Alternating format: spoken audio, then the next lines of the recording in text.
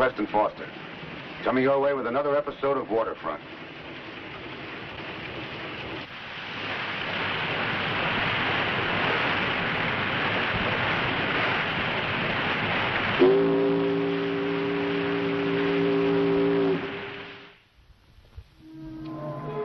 My mate had a gun, but I didn't. He said he's going to kill me. I just kept him talking, and after a while, I took it away from him. You took his gun away from him? I thought you said he was going to kill you. He did say so, and he was.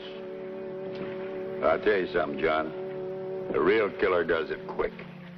Shot from a window or a knife in a dark alleyway. But a man that looks you in the eye and talks about killing you soon wears out. Charlie, look me in the eye and tell me that story's the truth. Hey, I think you got a nibble. You're the one who got the nibble. You just hooked the biggest fish on the waterfront. Say, talk about fish. I heard about a fellow once. You heard about a fellow, Charlie? Well, actually, I knew him quite well. Oh, you knew him? Yeah. Well, as a matter of fact, it happened to me. About 20 years ago. I was shipping copra in the South Seas. And I cornered the market on fish. You what? I cornered the market on fish. I'd run clean out of money. So I sent the crew fishing for 2 weeks. We dried and preserved the catch. When I had the hole loaded with fish, I dynamited the waters and scared all the other fish away. And anybody didn't work for me didn't eat. Why, if I hadn't run out of dynamite, I'd have been king. Say, Charlie, you ever hear of a guy named Baron Munchausen? Nah, I never had any truck with royalty. Well, Charlie, guess we better be getting back, huh?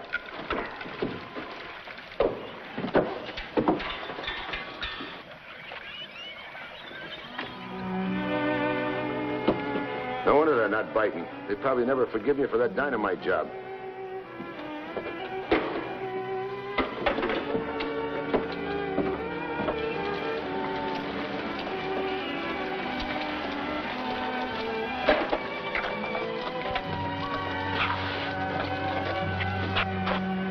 Another one coming on, Charlie? Yeah. All the symptoms. You know, with all these new wonder drugs, you'd think the doctors would come up with something for simple tropic fever. Yeah, it was a man claimed he had a sure cure, general practitioner at Pango Pango. Something to do with the eye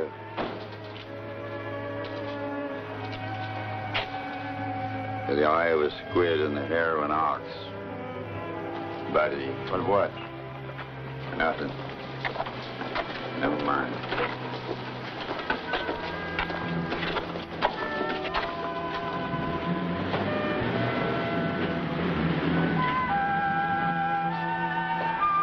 Hello, Jim. Hiya, Mac. Say, Jim, what's that stuff they put in ascension balloons to make them stay up? Well, oh, hot air, isn't it? Yeah, that's the stuff. Oh, hi, Dad. Say, Mom, Jim. put this over for you. Thanks. I better go and lie down before my head splits wide open. Why don't you give him a lift, Jim? We're glad to, Dad. It's right on the way. Come on, Charlie. Oh, thanks, Jim. Come on, Dad. Tropic fever, my eye. That's just Mr. Charlie Elgin's fancy name for a hangover. That fever's on the level, Mac. Yeah, well, maybe, but you can't tell me those stories of his are on the level. Always yakking about how he was such a big skipper. If that's so, then how come nobody ever heard of him, let alone shipped out under him? What difference does it make? Excuse me. How about some coffee? Lobster Claw, Mac here. Yeah, he is. Just a minute. Hey, Captain. Dispatcher's office. Yeah, Herb. Well, that job will take me till midnight. All right, right away. See you later, Mac. I gotta go. Yeah, sure, Captain. Hey, Captain, you forgot your...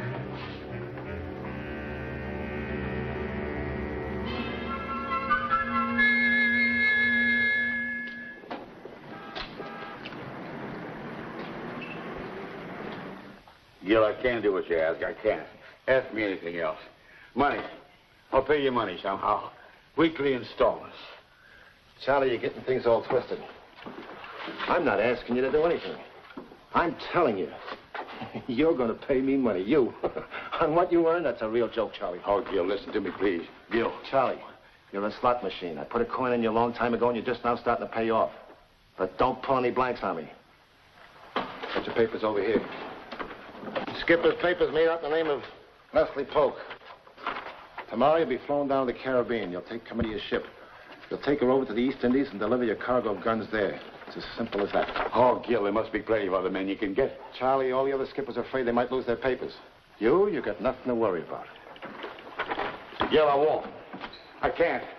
I can't have anything to do with gun running. I can remember when you weren't so particular, Captain Nelson. Those 8 men?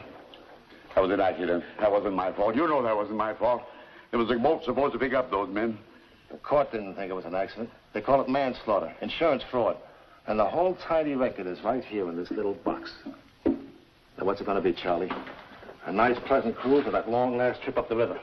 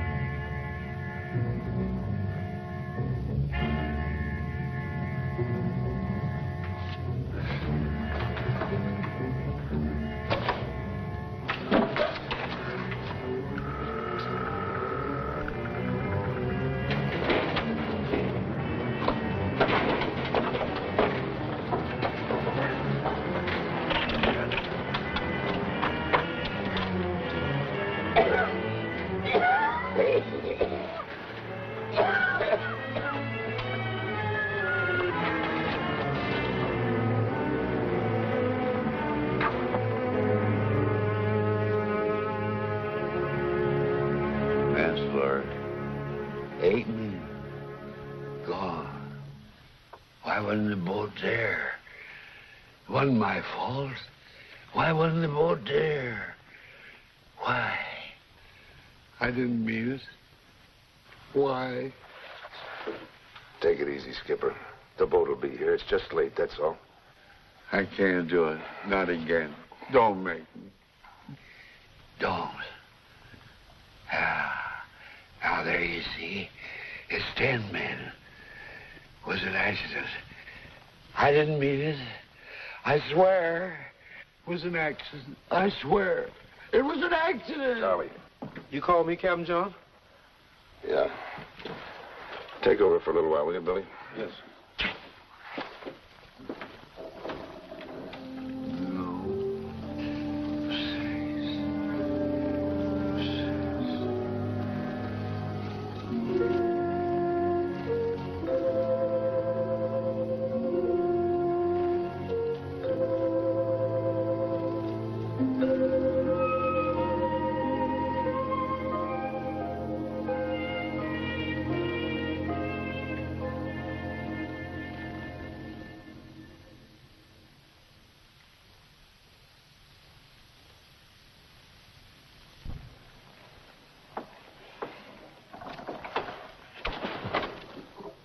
How did I get here?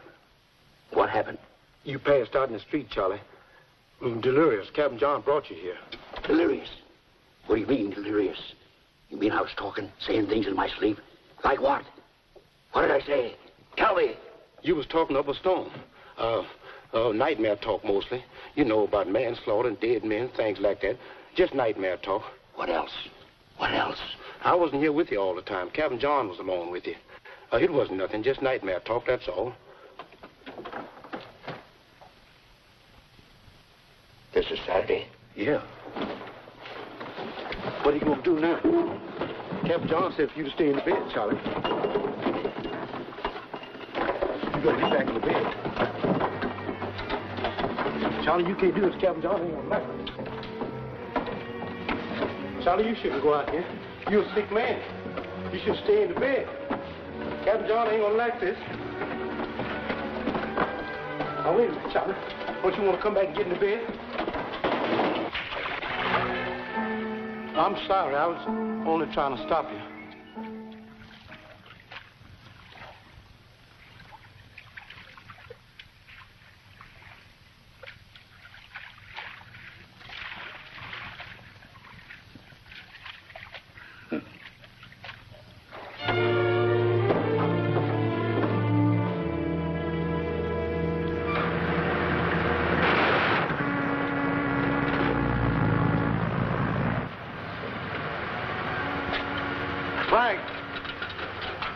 Yeah. Come here a minute, will you? Skipper, look out!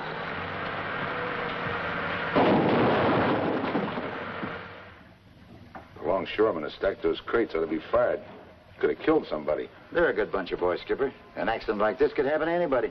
Well, that'll get you some shore leave. Certainly won't be able to work with that arm. And where do you think you're going to find a replacement today? This is Sunday, you know. No problem there. I'll take over for Frank. Be glad to help out.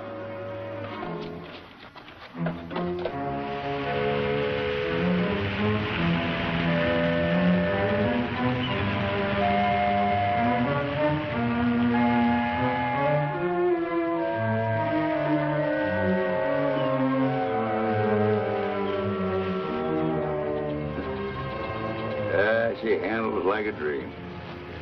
Yep. Well, you know what you're doing. I remember the first time I ever shipped out. Galley boy. After 21 days, we touched port. I stepped on shore and almost fell flat on my face. Sea legs, they told me. Since then, land's never felt proper under my feet. You know what I mean? Mm-hmm.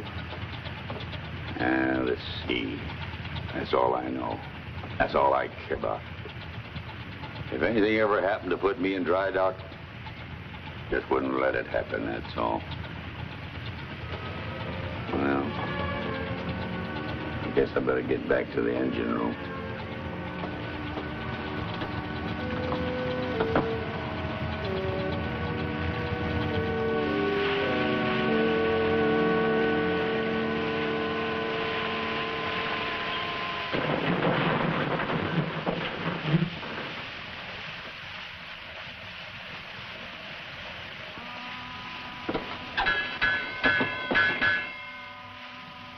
Charlie, what's going on down there? Charlie, what's the matter with the engine? Charlie! Oh, Billy! Billy!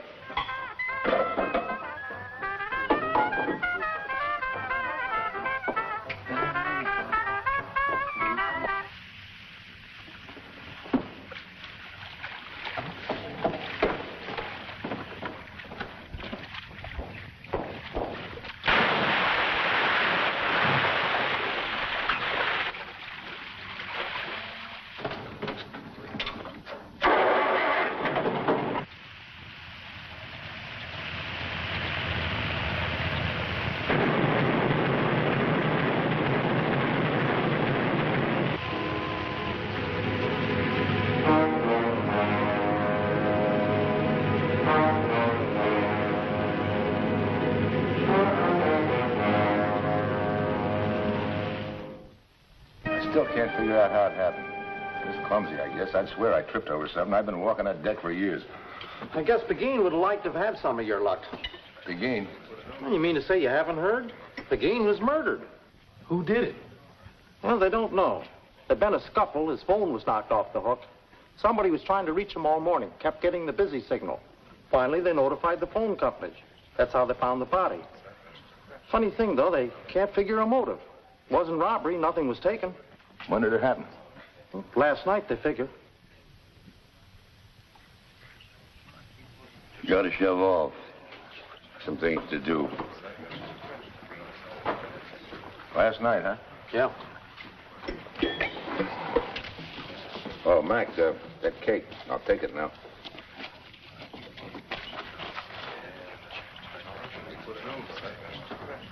Well, you liked it, huh? I'll tell May.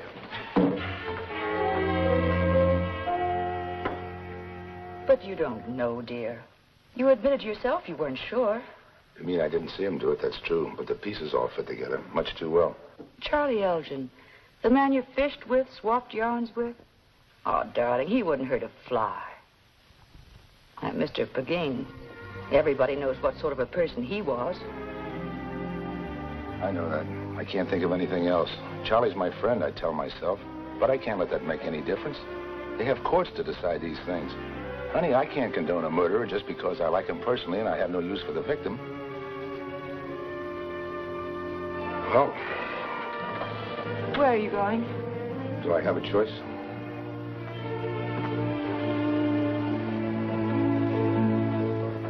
How many points have to add up for you? Listen, number one, the way he looked at the pawn shop on our way back from the dock like he was worried about something. Maybe he was. Maybe he had something in hot. All right. Two, I find him in the doorway of the pawn shop the night Begin is killed. So it was raining. He stepped in the doorway to keep out of the rain. Three, aboard the Terrell, he's delirious, keeps ranting about murder, about it not being his fault. Dad, a man is not responsible to the law for his dreams, only to his psychoanalyst. Go on. All right. 4 and 5, my 2 little accidents. Those cases fell on Frank, not on you. As for tumbling into the water, well, you admitted yourself it might have been clumsiness. Don't you see, Jim? Charlie had to kill me before the body was discovered. Because when that happened, he was sure I'd put 2 and 2 together and come to you with my suspicions, just like I'm doing. Your suspicions. Dad, let's face it. What have you brought me? Not even good circumstantial evidence. What about the motive? What possible reason could Charlie have had for killing Begin? I want to show you something. Let's call it point 6. I want you to take a look, a good look. That's our gallery of creeps. After every murder, they come in as regularly as clockwork and confess. Well, why are you showing me this? That's why.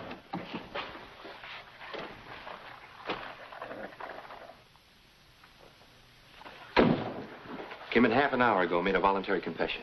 He what? That's right. And you ought to read the transcript. Just like something out of Mickey Spillane. How he shot Begin. He was beaten to death. Mm-hmm. How he broke open the safe and made off with the loot. Well, you figure Charlie's one of the creeps, huh? Why not, Dan? You know that one of Charlie's biggest single characteristics is telling outlandish stories. Likes to attract attention to himself, just like the others. They have an obsessive need to feel important. That's not it, Jim. He knew I'd come to you. He figured his only chance was to beat me to the punch with a phony confession. He knew it'd be laughed at. Everybody laughs at Charlie. All right, boys, you can go home now. Class is dismissed.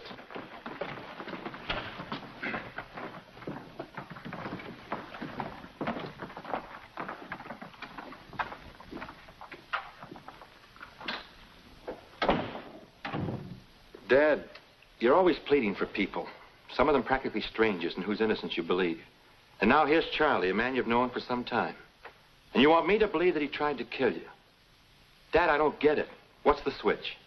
Do you think it's a switch I enjoy making? Well, don't look so glum just because you were wrong. After all, it isn't going to kill you to be wrong. No, it may not kill me to be wrong, Jim, but it just might kill me to be right.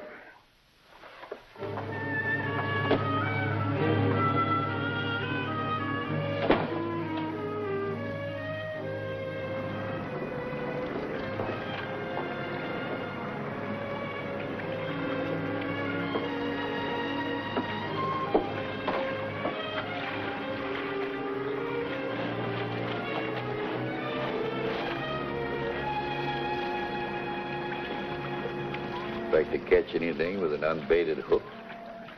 What difference does it make? They don't seem to be biting very well. No. I'd have said just the opposite. That's because you got here first. You know, I heard about a fellow once. You heard, Charlie? I heard. Was a skipper named Columbus. Had a crazy idea the world was round. His idea wasn't so crazy. Why is it, I wonder, people go to all that trouble to prove something that nobody cares anything about? They were just as happy with the old flat world. Columbus wasn't, but he made his point. The hard way. After going to all that trouble, he wound up in chains. They could lock him up, but they couldn't prove he was wrong. Oh, I take it you're with Columbus. Yeah, Charlie. I believe the world's round. You know what I think, CJ? I'll make a prediction. I think you'll sail to the very edge of the world and fall off. And don't be surprised if it's an awful long drop.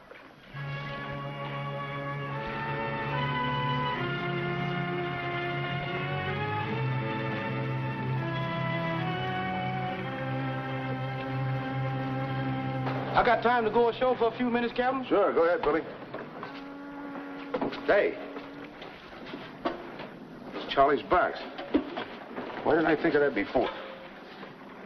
It's empty. You know the night Charlie was so sick, I tried to stop him from leaving, and that box he had fell overboard. So today I saw one in the hardware store look just like it, so I bought it for Charlie. Well, that's that. Jim needed some proof, a motive. I thought I had them both right in my hands. Now we'll never know. Say, wait a minute. Charlie's right. You don't catch anything with an unbaited hook. Now we got some bait. Live bait. Live bait, Captain John? Yeah. It's me. Hi, Billy. Hi. Frank, you seen Charlie around? No, expect I will later, though, at the boarding house. Well, will you tell him some kids fished his tin box out of the harbor? We'll be docking about 9 o'clock, and I'll bring it to him then. Right. Thank you.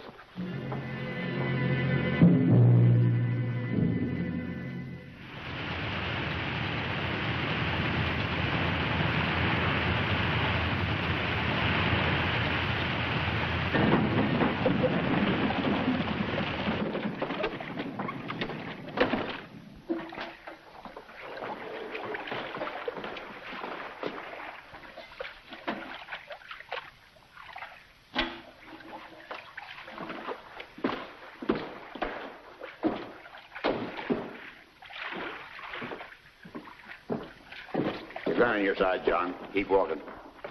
I'm sorry, John. I'm sorry it had to be you. You're the only one who never treated me like a joke. Did you ever hear of Captain Nelson? Nelson. Captain Courtney Nelson. Mixed up in a scandal. Nancy K. was the ship, wasn't it? You've got a good memory. I'm Captain Nelson. That was over 20 years ago. I needed money. The owner made me a proposition to sink a phony cargo and we'd split the insurance. He promised to have a boat stand by and take off my crew. And he didn't do it. That's been on your back ever since, huh? And of course, I talked. I accused the owner of the murder of my crew. They indicted me for complicity, and I ran away. I've been running ever since. Don't you think it's about time you stopped? You mean beach myself? Think you're still seaworthy, Charlie? Don't try to talk me out of anything, John. I don't have to. You did that for me. Something you said, remember? About a knife in a dark alley, shot through a window. That's the killer's way.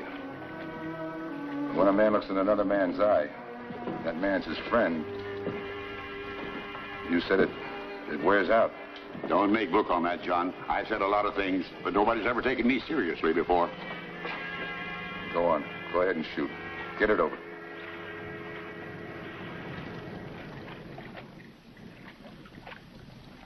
Get it over with.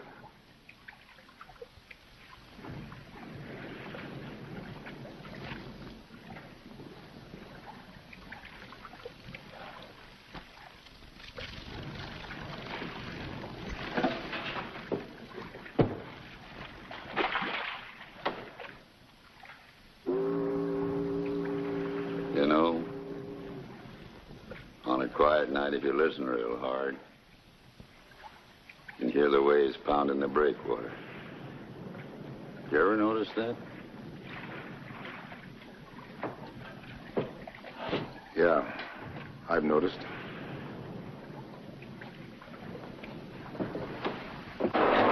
What do you think they'll do to Charlie? Well, now that we know the story, you'll probably get off with a manslaughter count on the Pagine death. As for the other, I guess we'll just have to leave it up to the authorities back east. It's a funny thing about Charlie. Everybody thought he was telling a pack of lies when really it was the truth. Of course, he couldn't afford to prove it. That would have meant admitting he's Captain Nelson. Yeah, I guess it's pretty tough when no one will believe you. Yeah, don't I know it?